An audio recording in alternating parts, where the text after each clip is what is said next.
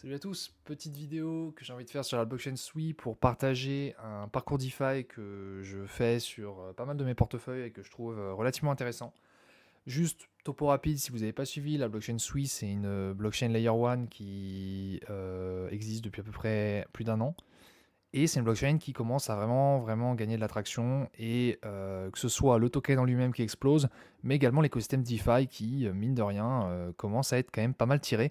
1,9 milliard de TVL, c'est un cinquième de la TVL de Solana, ce qui, mine de rien, compte tenu du fait que le projet soit très récent, je trouve, assez impressionnant. Donc voilà, le but de ce parcours que je vais présenter, c'est en gros de placer son argent de manière relativement safe. On va partir sur du stablecoin et on va faire des opérations à partir de stablecoin, toujours en gardant un risk management très facile à visualiser et avec très peu de risques. Mais je vais y revenir sur chaque étape.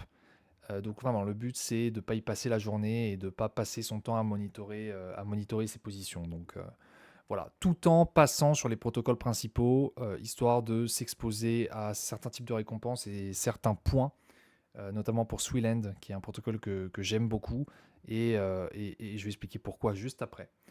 Voilà, donc en termes de wallet, pour ce parcours, j'ai un wallet avec à peu près 1000 euros, enfin 1000 dollars de Sui dessus. Il vous faudra évidemment du Sui pour faire tout ce qu'on va faire. Moi, je vais partir de Sui et je vais swapper en stablecoin juste après, histoire qu'on parte de la même base.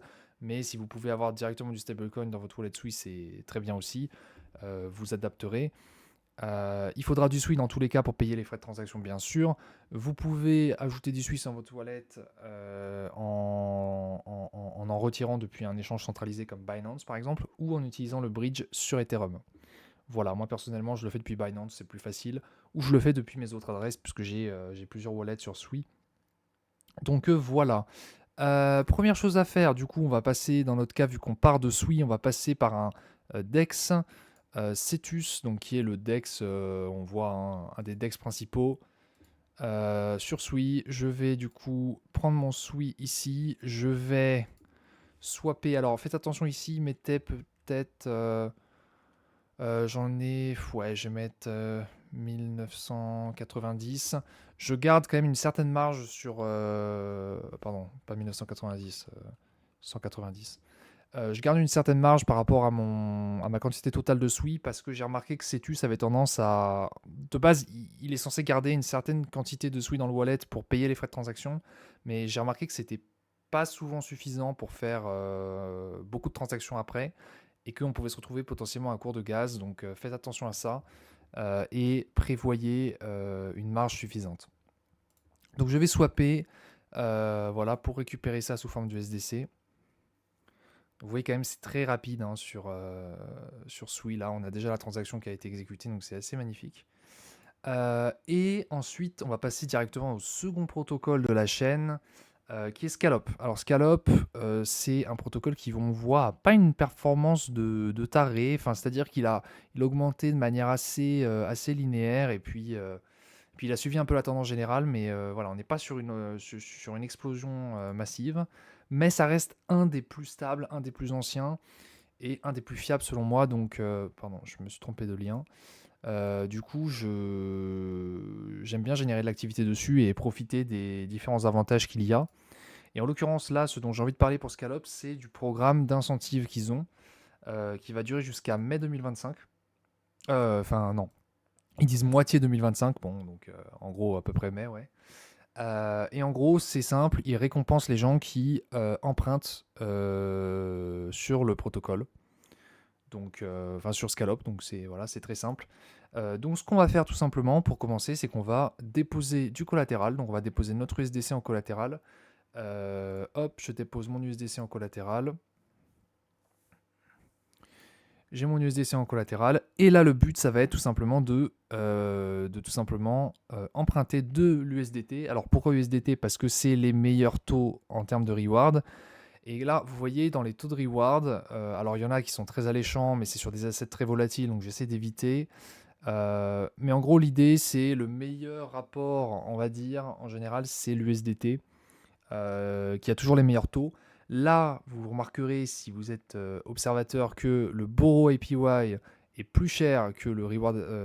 Que le reward. Et c'est assez important de le souligner parce que c'est assez rarement le cas en réalité. Là, on est sur une période d'euphorie où le marché s'emballe un peu, donc les gens empruntent à fond. Mais pour vous dire, hier, c'était 8%. Et de mon expérience, la majorité du temps, les récompenses liées à l'emprunt rapportent plus que l'emprunt lui-même, enfin que le coût de l'emprunt, que l'accroissement de la dette, on va dire. Donc pour moi, c'est quelque chose qui fait sens et qui, dans la majorité des cas, en lui-même rapporte de l'argent. C'est-à-dire qu'emprunter rapporte de l'argent dans 80% des cas. Voilà. Et vous verrez que l'argent qu'on va emprunter juste en le faisant là, on va le réexploiter derrière. Donc de toute façon, on va régénérer de la valeur sur cet argent qu'on va ressortir. Donc je veux dire, on va jamais être perdant dans tous les cas. On va juste être un peu moins gagnant par moment, mais globalement, ce sera toujours sympathique. Du coup, on va emprunter. L'idée ici, c'est d'emprunter à peu près avec un taux de risque à 90%. Alors, je vais vous expliquer, moi, mon idée par rapport à ça. C'est simple, vu qu'on dépose un stablecoin et qu'on emprunte un stablecoin, les deux sont censés garder le même prix, c'est-à-dire à peu près 1 $. Donc ça veut dire que les variations de prix entre l'USDT et l'USDC sont censées être extrêmement minimales. Alors elles sont suffisamment importantes pour que prendre un risque à 99% soit trop dangereux, mais se mettre à 90%, voilà, ça nous met à l'écart des toutes petites fluctuations possibles, et donc ça nous permet de rester hors de portée d'une liquidation. Qui en fait arriverait tout simplement si le collatéral qu'on avait, donc l'USDC qu'on a déposé, devenait insuffisant pour compenser notre emprunt. Voilà. Ce qui, voilà, a très peu de chances d'arriver encore une fois avec du stablecoin. On va rester sur des positions très safe et vous allez voir dans nos positions, dans les positions qu'on va prendre sur ce parcours DeFi, on va toujours être sur des risques, on va dire, où on va toujours emprunter un asset contre un équivalent. Voilà. Donc on va pas jouer avec la volatilité, puisque jouer avec la volatilité ça demande de s'en occuper en permanence et c'est pas quelque chose qui est facile à faire et en fait j'ai pas le temps tout simplement. Et je pense que vous non plus. Donc voilà, je vais faire mon emprunt. On voit donc mon emprunt, 764 USDT d'emprunt. Alors à noter qu'effectivement, hein, même à 90% de risque, on n'emprunte pas la totalité de ce qu'on a déposé, c'est normal. C'est lié au collateral weight qui est ici, c'est-à-dire que quand on dépose de l'USDC, on ne peut utiliser que 85% du collatéral comme base d'emprunt. Et là, on a emprunté les 90% de ces 85%, si je ne dis pas de bêtises, par rapport au risque qu'on a décidé de prendre. Donc là, à partir de là, j'ai de l'USDT dans mon wallet. Cet USDT, je peux aller en faire quelque chose d'autre. Et du coup, nous, ce qu'on va aller faire, c'est qu'on va aller le déposer sur un autre protocole. Et j'en viens au protocole principal de cette chaîne, si je puis dire, qui est Sweeland. Sweeland, c'est, je pourrais faire une vidéo entière dessus parce que j'aime bien le protocole et parce que je trouve qu'il a énormément performé et je pense que ça s'annonce très bon pour ce protocole et son token au passage. Mais c'est en gros un protocole de lending et borrowing comme Scallop, sauf qu'ils ont en plus un jeton de liquid staking qu'on va exploiter juste après, enfin exploiter, qu'on va utiliser. C'est globalement une plateforme très intéressante et qui a une campagne à points qui est active en ce moment même et qui permet de choper du Send, donc qui est leur token qui vient de sortir il n'y a pas très très longtemps. La première partie de la campagne s'est terminée et moi j'ai pu y participer et honnêtement ils sont très généreux avec leurs utilisateurs actifs et ils donnent très peu aux gens qui sont juste là pour hyper le projet. Donc c'est ça que je trouve assez intéressant, c'est que c'est vraiment les gens actifs et pertinents qui sont récompensés. Voilà, donc c'est pour ça que j'aime beaucoup ce protocole et c'est pour ça que je suis assez investi dessus. Voilà, évidemment, pas de sponsoring ou quoi que ce soit. C'est juste que je trouve qu'ils font du bon boulot et qu'ils sont relativement fiables et le protocole est aussi très stable. Voilà, et très facile à utiliser, donc c'est aussi un plus. Du coup, ce qu'on va faire avec le SDT qu'on a ramené ici, alors vous voyez que j'ai du SWI dans mon wallet, ça c'est du SWI que j'avais gardé, que j'avais pas swappé, donc ça on s'en fiche, vous pouvez l'oublier. J'ai de l'USDT, cet USDT, je vais aller le déposer tout simplement sur Sweland et le fait de déposer de l'USDT va tout simplement me permettre d'obtenir des points, des Send Points, donc d'accumuler des points sur Send, mais également de bénéficier d'un APR de 15% à l'heure actuelle. Donc vous voyez qu'on compense déjà les potentielles pertes avec le système de récompense de Scallop, même si, je le redis, dans 90% des cas, il n'y a pas de perte. Donc déjà c'est très intéressant puisqu'on va venir déposer notre USDT et faire de la plus-value dessus. Je dépose mon USDT, voilà. Et ensuite la stratégie ça va être d'utiliser le jeton de liquid staking de Sui pour en fait boucler notre position à moindre risque. Et donc en gros ça va consister en quoi? Ça veut dire que à partir de là j'ai déposé de l'USDT, donc ça veut dire que je peux emprunter également sur Sweland des assets en utilisant cet USDT comme collatéral. Du coup, ce que je peux faire, c'est que je peux emprunter typiquement du SWI, qui, comme on peut le voir ici, est très peu cher à emprunter. Voilà, 0,17, c'est vraiment pas cher, sachant que dans certaines situations, c'est même possible de récupérer de littéralement être payé pour emprunter. Voilà. Ça, c'est un truc qui peut arriver parfois quand on a des APR d'emprunt aussi bas. Et je gagne aussi des points en empruntant. Donc ça, c'est aussi quelque chose d'intéressant. Je peux aller emprunter une certaine proportion. Alors là, voilà, 99% de risque, c'est beaucoup. Je vais emprunter 110 SUI. Alors là, vous allez me dire, ouais, mais du coup, 90% de risque sur un asset volatile, c'est peut-être pas idéal. Et justement, on va voir pourquoi c'est pas un problème tout de suite. Je vais approuver, je récupère mon SUI. Là, on voit que je me rapproche très dangereusement de ma limite de liquidation, mais ça va bientôt ne plus être le cas puisque je vais aller utiliser le jeton de liquid staking de Sweland, Spring Sui, enfin du coup le S-Sui, qui tout simplement est un protocole de liquid staking.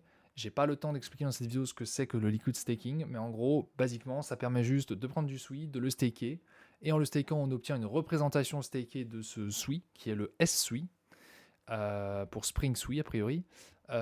Et ce qui est intéressant dans notre cas, donc je vais faire le staking ici. Ce qui est intéressant dans notre cas, voilà, donc là j'ai mon S-Sui qui est apparu ici. Ce qui est intéressant, c'est qu'on peut aller déposer ce S-Sui sur Sweland. Et en déposant ce S-Sui, on va récupérer des points et du staking yield, donc qui est en gros la récompense pour staker du SUI en S-Sui. Et on va aussi récupérer en plus de ça 2,50% de rewards en S-Sui. Et ça, ce sera des rewards qui seront ajoutés en plus et qu'on pourra récupérer ici. Ce sera, ce sera un pur bonus. Donc voilà. Et donc si je dépose mon S-Sui, ici je dépose mon S-Sui, hop là, voilà. On constate que automatiquement, du coup, bah forcément, ma quantité empruntée, enfin ma marge de liquidation, enfin mon threshold de liquidation, je ne sais pas comment dire en français, a tout simplement reculé, puisqu'en fait j'ai redéposé du collatéral, qui est en fait le Swiss staké lui-même. Et ce qui est intéressant en DeFi, donc si vous avez déjà fait un peu de DeFi, vous savez comment ça fonctionne, c'est que comme j'ai rajouté du collatéral, ça veut dire que je peux réemprunter. Alors évidemment, à chaque fois que je fais ça, je vais pouvoir emprunter moins, puisqu'à chaque fois, je ne peux emprunter que 70% de ce que j'ai déposé. Mais ça veut dire que je peux refaire ce que je viens de faire à l'instant, c'est-à-dire réemprunter du SUI, rester alors quand même sur une petite marge, voilà 98%, parce qu'on va tout de suite corriger ça. Je réemprunte du SUI par rapport à mon collatéral actuel, je retourne sur Spring SUI, je restake et je redépose. Voilà. Et ça me permet de refaire exactement la même chose, sauf qu'à chaque fois, la barre va reculer de moins en moins, puisque comme j'ai expliqué, bah, je peux emprunter de moins en moins statistiquement, puisque je ne peux réemprunter que 70% du dépôt. Mais du coup, c'est très intéressant, parce que ça veut dire que là, on voit, la quantité que j'ai déposée, elle augmente. Et cette quantité que j'ai déposée, c'est cette quantité qui va être utilisée pour calculer l'APR, pour calculer les points gagnés sur le S-Sui. Et du coup, ça me permet de faire une forme d'effet de levier sur le S-Sui gagné. Donc c'est extrêmement puissant parce que du coup, ça me permet de multiplier mes gains et de multiplier l'APR que je gagne au total. Voilà. Donc c'est très intéressant et c'est très peu risqué dans le sens où un SWI vaudra toujours à quelques centimes près le même prix qu'un SWI. Donc je peux me permettre d'avoir, alors là on est à combien de risques, je ne sais plus comment on peut voir, je dois le voir quelque part, je ne sais plus si je peux le voir quelque part. Il y a quelque part où on peut le voir, je ne sais plus où c'est, voilà, je ne sais plus où c'est. Mais en gros, on doit être à 80% de risque, quelque chose comme ça. Tac, tac, tac. Voilà, ici. 72, non, pardon, 71 du threshold de liquidation. Donc, on pourrait monter encore, refaire ça plusieurs fois. Je ne vais pas le refaire à l'infini, mais vous avez compris la stratégie. Jusqu'à atteindre possiblement un risque de 90% qui serait le risque maximum que je suis prêt à prendre. Comme ça prend en compte le fait que potentiellement on accepte que le SWI puisse baisser de 10% en valeur par rapport au SWI. Ce qui n'est en théorie pas du tout censé arriver. Mais si ça arrive, on est paré à ce genre d'éventualité de la même manière qu'on est paré aux problèmes entre les stablecoins, comme j'en ai parlé plus tôt avec Scallop. Donc voilà, c'est à peu près la stratégie. Ça permet de, en fait, simplement de faire monter les gains. On voit que les déposits, là, au total, on est sur 1789. Tandis qu'en fait, quand on calcule, quand on fait la soustraction déposit moins borrows, on se rend compte qu'en fait, on a déposé que 800 sur le protocole. Donc littéralement, on a un effet de levier x2. On génère deux fois plus de gains. Enfin, pas nécessairement deux fois plus de gains, parce que les APR sont différents entre ceux qu'on reçoit sur le SWI et ceux qu'on reçoit sur les stablecoins.